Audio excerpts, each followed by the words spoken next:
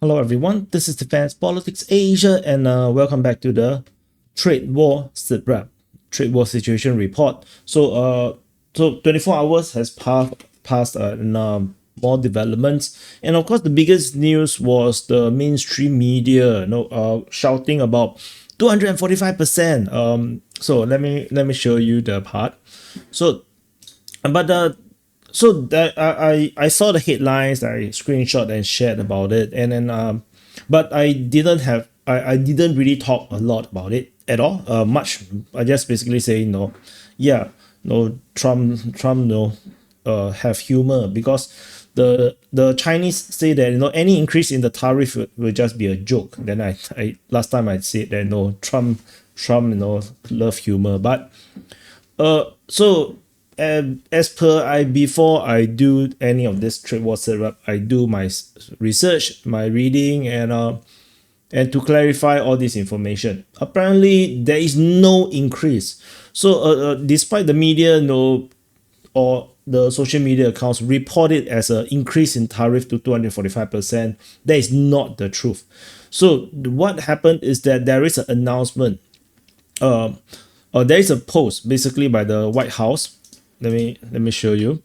So in this fact sheet that was announced on April 15, and this is where they actually draw the information from. So the thing is that it is not an increase of to 245%. Is up to 245%, and the basically the 125 reciprocal tariff remains the same. There's on top of that the 20% tariff, which is 145, which is the previous number, and then there is a section 301 tariff on specific goods which range between 7.5 to 100%, and it is the 100% adding to the current 145% that leads to the number of 245%. This is not an increase. This is actually just them saying that certain products actually goes up to 245%. So this is not entirely the truth. No, the media report or the social media accounts are not actually being very accurate in that sense. So this is why I do the sit rep, because if not, that is it's very easy to just read the headlines and then get lost in all of it. It's the same as a situation in the Ukraine war. It's very easy to read the headlines of Ukraine winning this thing, these soldiers being a hero in escaping don't know what place, and it makes you feel like Ukraine is doing very well, but it's actually not the case. So this is just a clarification. So what are the this 301 section 301 tariff? So basically is this. I have actually put another box over here for you for the convenience. If you actually watch you actually look at this. This actually looks terrible. So a bit hard to read. So there is semiconductors. They have a 50%, and then there is wafers. For semiconductor manufacturing, there's a proposal. This is not confirmed yet. Consumer electronics, but this one has been tariff excluded. And of course there's also electric vehicles with 100% tariff effective September 27. This is already done by the Biden administration. Then also a lot of other things like the solar panels, steel and aluminium, medical supplies, including syringes and needles, critical minerals, then rare earth, tungsten products, and then there is a gantry cranes and machineries for domestic manufacturing and whatnot. So apparel and footwear is one of the big ones which got tariff up to 100%. So apparel and footwear is already more expensive, generally speaking. So this is one of the higher ones, including the EVs. So the highest is actually 245%. So there's no increase. So this is just some clarification that I want to help to put in, just in case. Like it's very easy to get duped in today's information world, because things are moving so quickly in the news, and yeah, it's very easy to get lost. So again, this is why I do sit rep. So So you know, I basically go through everything and try to check as much as I can. So of course, another big thing that had happened is actually Xi Jinping's trip to Malaysia. So he was there 3 day 2 night. No, sounds like a pretty good holiday in Malaysia. Because many Singaporeans go to Malaysia for 3 day 2 nights. So that is a very normal thing to do. So what was agreed and you know what was the statements coming out. There is no very significant statement other than Malaysia's way of putting things seems like it's reflecting their new foreign political position, foreign policy position, which is try to not side with the West or United States outright, and try to seek other directions. And they are definitely taking advantage of the current situation to try to get more things from China, or at least try to balance it against China, United States. So because Malaysia is not happy with other things about United States and the West, for example, the situation in Palestine, Gaza war, this kind of thing. So Malaysia have its own geopolitical position on this kind of thing. So the main thing is that they have agreed to build high-level strategic China-Malaysia community with a shared future. These are all grandeur words that doesn't mean a lot. So they did sign deals, not deals, MOUs. As I mentioned in the one I described about the Vietnam one, MOUs are not meaningful. It's not binding. It's just agree that we have discussed this kind of thing and we understand each other's position. That's all. It's a memorandum of understanding. So they understand each other. That's it. There's no deals per se. So there is a understanding to try to expand trade, including fresh coconuts from Malaysia, increase Chinese tourism. In both cases, Malaysia earn more money, right? So access for Malaysian agricultural products, durians and coconut to Chinese market. Again, Malaysia earns more money from China. Collaboration in artificial intelligence, digital innovation, and joint labs. This is the same deal offered to Vietnam. We shall see how this continue. This will be played out in that sense, because this is critical cutting edge stuff. This very unlikely that China would share any tech secret. More likely is that they would just want Malaysia, just like they want Vietnam, to use more Chinese AI. That's more likely the case. And infrastructure, railway connectivity, industrial park development, advanced belt and road initiative projects. This is just more money from China to do things. So for Malaysia to take loan from China to build things, which is then will be beneficial for China. But Anwar Ibrahim, the current Prime Minister for Malaysia, is a very smart, very, very smart person. He's very, very sharp. So China is not going to get a good deal easily against Anwar Ibrahim. So it's going to be a tough thing. Like I said, none of these are deals. These are just MOUs. Visa exemption, mutual visa-free travel to boost people-to-people exchange. This is nice. This doesn't cost anything for both sides. So this is a good way to increase relationship between the two countries. I think the Malaysian Chinese would love it. Malaysian Chinese would love to go to holiday in China. They would love to return to their hometowns, ancestral hometowns. I mean, this is good. On the social level, it's good. And then they also mentioned other things like global security. These are cooperation on international and regional issues. This is like talk nonsense. I mean, obviously, like you don't even have to say it. This natural thing to do, right? Free trade advocacy. This is of course the part where they agree that they are against protectionism and unilateralism, and they both advocate for open global supply chains and a multilateral trading system. So basically, criticizing US tariff, which is kind of weird because both countries have protection mechanisms, in trade protection mechanisms, and like United States, issuing their own shouldn't be a surprise at all. Like Like free trade advocacy, like I say, is more like a free selling to United States advocacy. That is generally what it is. And South China Sea issue both affirm commitment to peace and stability, with Malaysia supporting China's regional role. Yeah, but of course this is just nice tea, right? This is just nice tea. Malaysia is a claimant state in the South China Sea, which China see it as like a non-negotiable thing. So don't expect too much from this. And and more. Let me zoom down a bit. The ASEAN like I said quite a number of times already, Malaysia is the current ASEAN chairman. So no, Xi Jinping endorse Malaysia's leadership in ASEAN and pledge to talk more about this ASEAN-China comprehensive strategic partnership and to discuss a China-ASEAN free trade agreement. A free trade agreement between China and ASEAN definitely is going to be welcomed by ASEAN. Whether it will be beneficial for China is another thing altogether. We shall see how this play out. It will not be a win-lose situation. It could actually be a win-win situation between ASEAN and China. But we shall see, because it's easy to say we're going to do something, but things sometimes very hard to make happen because there's so many complications.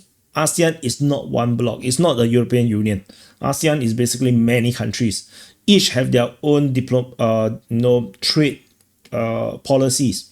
Each have their own economic policies. So it's going to be very complicated. If they can make a deal, it's nice. Although there is already a trade agreement regionally, it's called, let me I forgot what is the name. RFL thing. Wait, let me check. Yeah, I got the first letter correct. So it's the Regional Comprehensive Economic Partnership Agreement, RCEP. So this is also the agreement that is a complaint by India. India don't really like it. Like they feel like this agreement basically is the gaming India. So that's what it is. And they also bizarrely have this interesting thing called the Confucian Islamic Civilizational Dialogue. So just take it with a pinch of salt. People will forget about it. Like it will never happen. If things happen, then they will like totally forget about this thing. So yeah, it's just a PR thing. But so pretty decent.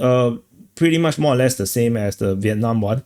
I generally, as you can see in the main point, Malaysia decide to make a smaller power to be your friend. You either use the carrot or the stick, typically, and the Chinese don't have the stick, so they use the carrot, and the agreement is just to buy more Malaysian stuff, which is actually will exacerbate China's economic trade problem, because what they have, the problem main thing for this trade war right now is they lost a big market of United States. It remains to be seen what happened with the European one, but they lost the entire American market. So what they need now, what China needs now, is a replacement for the United States. They need another or many countries to absorb that export that China have with United States, which is not doable. United States is just too big, and when you go to Southeast Asia, all these are generally competitors to China. They are all manufacturing countries, so they are not going to buy more per se unless you're going to buy more from them, and so you have to be mutual. It's going to be a trade balance. There must be some kind of balance. So then they are still not going to get that replacement that they need, because like I said, China need that massive export surplus, that trade surplus that they really needed it, and they're not going to get it. That's the big problem. You can increase mutual trade for sure. Like the trade volume can increase between Malaysia and China, Vietnam and China. You can have that, but it's not going to replace the United States, because all these individual countries, all these smaller countries, are not going to just buy and let you dump your products. They are all protectionists. Every country is protectionist. That's the main gist of the problem with this trade war. Is like, United States is the last country to now become protectionist, and everybody's crying. Yeah, so like I said, it's not going to do a lot. Like all these Xi Jinping's moves is really trying to get support to be on China's side, but it's not going to work out very well because they are all competitors. Everyone want to sell to United States to earn American money. Yeah, it's going to be challenging. But of course, who knows? Things can change very suddenly. If US makes some bad, chess move and blundered something, and then maybe suddenly all these meetings suddenly become meaningful. But as of now, not very. So other developments we have. So is California suing Donald Trump. So California state has sued the Trump's administration due to the tariff thing. They claim that this is Donald Trump overstepping his authority. They say that they have no rights to impose such tariff, which is across the board on all products, and they say that this is violating the U.S. Constitution. So they basically say that wanted other countries to buy Californian products, taking and basically give preferential treatment to Californian products over other American products. So, but the White House basically shot back, and say that no, Gavin Newsom should be focusing on their homelessness problem. So we shall see. This is my gut feeling is that this is not going to fly. I don't think this is going to fly because ultimately I think trade stuff and geopolitical like foreign affairs is still under the US president's domain. I don't think he can fight this very effectively. But let's see. He have to do something. You cannot do nothing anyway. And California is the biggest importing country state in United States. They import the most stuff. So which is imaginable, which we can imagine, because they are the one that have the most money, like along with the people on the East Coast. So they want to buy stuff and buy shit from China, and clearly this is going to affect their ability to buy more stuff. So let's see. Other than that, there is also some hidden things that I wasn't aware of that I only just discovered. So the Chinese actually secretly, or rather quietly, changed the rules for the classification of the import of chips. So they did not announce this. This actually went under the radar for a lot of people, or a lot of places. I think it's only those that really in this trade was like noticed it.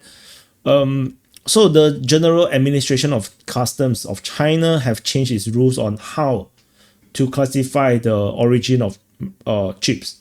So now they say that they changed the rules from where it was packaged to now where the wafer fabrication done is the one that is the origin. So most of the chips are done in Taiwan, right? So a lot of the chips is done in Taiwan. So all these Taiwan-made chips for the American companies will now be listed as from Taiwan. And so they will avoid the tariff that China has slapped on United States. So because ultimately it's the same thing as what United States have done in regards to lifting the entire semiconductor basket of products out of the reciprocal tariff, and then eventually they're going to tariff it again, but as a separate basket. So the lifting in the short terms help to relieve the pressure. China is doing exactly the same thing. They basically tariff everything American, but then now they say that this basket of chips that is made by TSMC and other Taiwanese companies is not from United States. So this will exempt from tariffing that's being thrown on the Americans. So good news for those companies that actually work with TSMC that do their chips in Taiwan, like Nvidia, AMD, and Qualcomm's. but others that is made in United States will be affected, like Intel, Global Foundries, Texas Instruments. Yeah, so this is for them to bypass their own tariff regime. So very similar thing that they are doing. So like I said, no people when no people saw that Donald Trump lifted the tariff on the semiconductors, they see it as a loss. They see that it's a rollback. Is Trump softening his stance. But China do exactly the same thing. But honestly, I'm not gonna say it is like China softening its stance. It's not. They're just protecting their own industry. They still needed the chips. So they have to find a way not to destroy their own industry. They want to lessen the damage to their own industry. United States do the same thing. China does exactly the same thing, just in different ways. So don't play this game about they're losing, they're winning. Like not in that sense. They are still maneuvering. They are playing the chess pieces to try to minimize the damage to themselves. While maximize the damage on their opponent, and also to maximize the PR impact. So that's why this is not publicized at all. This is like they quietly changed the rules, but it was taken note by industry insiders. The current development, the current trade war situation is starting to see its impact as well. So the Chinese freight ships, the shipping to from China to United States is starting to see problems now. So the week-on-week changes between the last week of March to the first week of April, we have seen massive reduction. So US import, US export total have reduced by 64%, export reduced by 30%, and the 64% import basically matches with the US import from China, which also reduced by 64%. So I can actually fit everything in. Yeah. So export to China dropped by 36%. So most of the 30% of the US export overall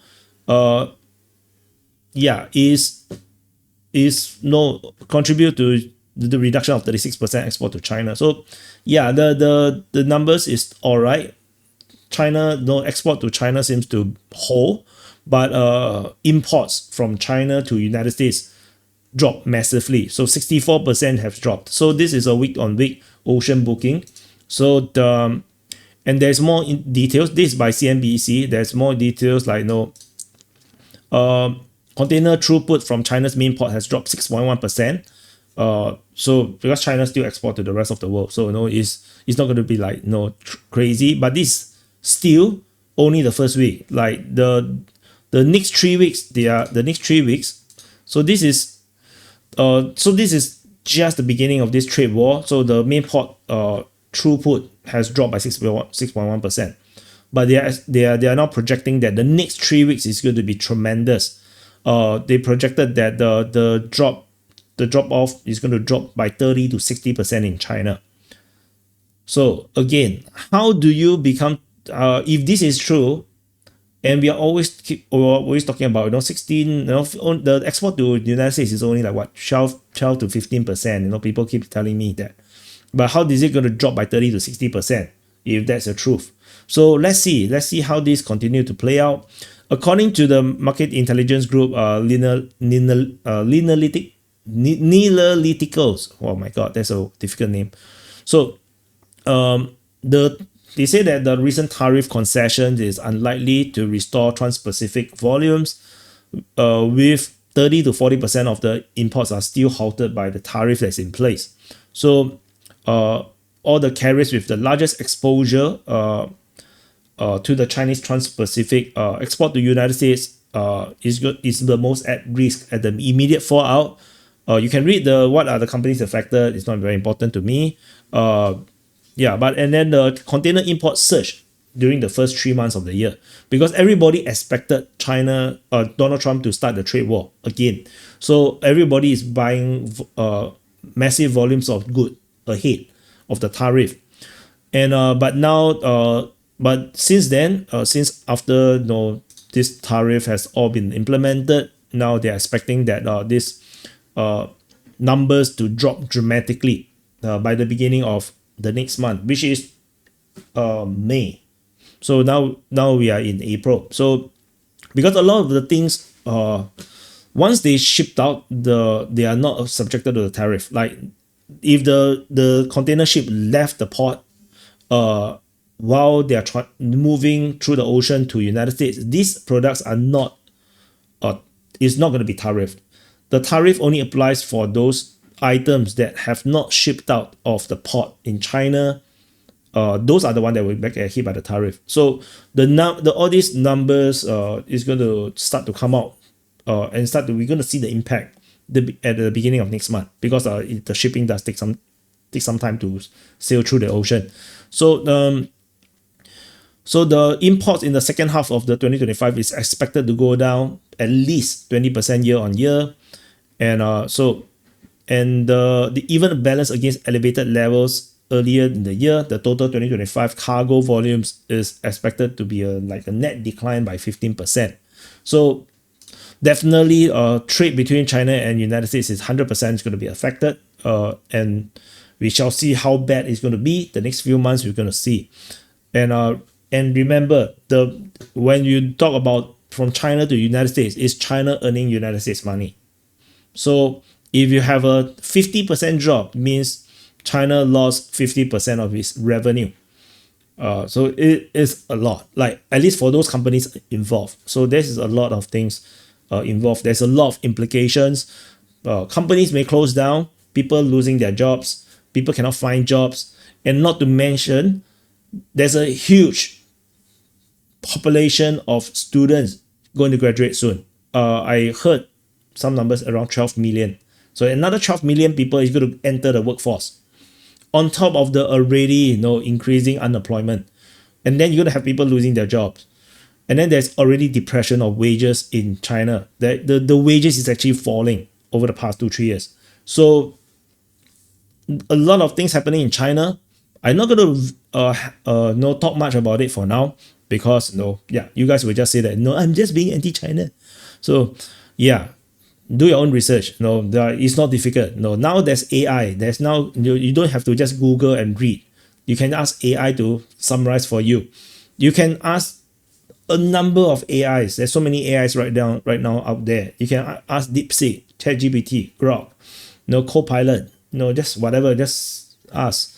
And then you cross-reference all the answers. You'll probably find where the truth more likely should be.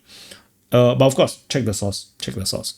Don't get duped by propaganda as well at the same time. So and what else? Do we have anything else? So nothing much about the Malaysian-China meeting. As per expected, nothing is going to come out of it except for China getting semi-blackmail into buying more Malaysian stuff. Just like in Vietnam also wanted China to buy more Vietnamese stuff. Californian lawsuit, I don't think it's going to matter much. This rules of classification of chips origin, is a surprise, because I never saw it before that, but it's not surprising at all. Nothing particularly special. They're just trying to reduce the damage to themselves from their own tariff, just like what Donald Trump has done for himself. So basically that's about it. So we shall see how this continue to develop, the trade war. And thank you for watching. Press the like button, subscribe. Let me know what you think in the comment, and I'll see you guys in the next update.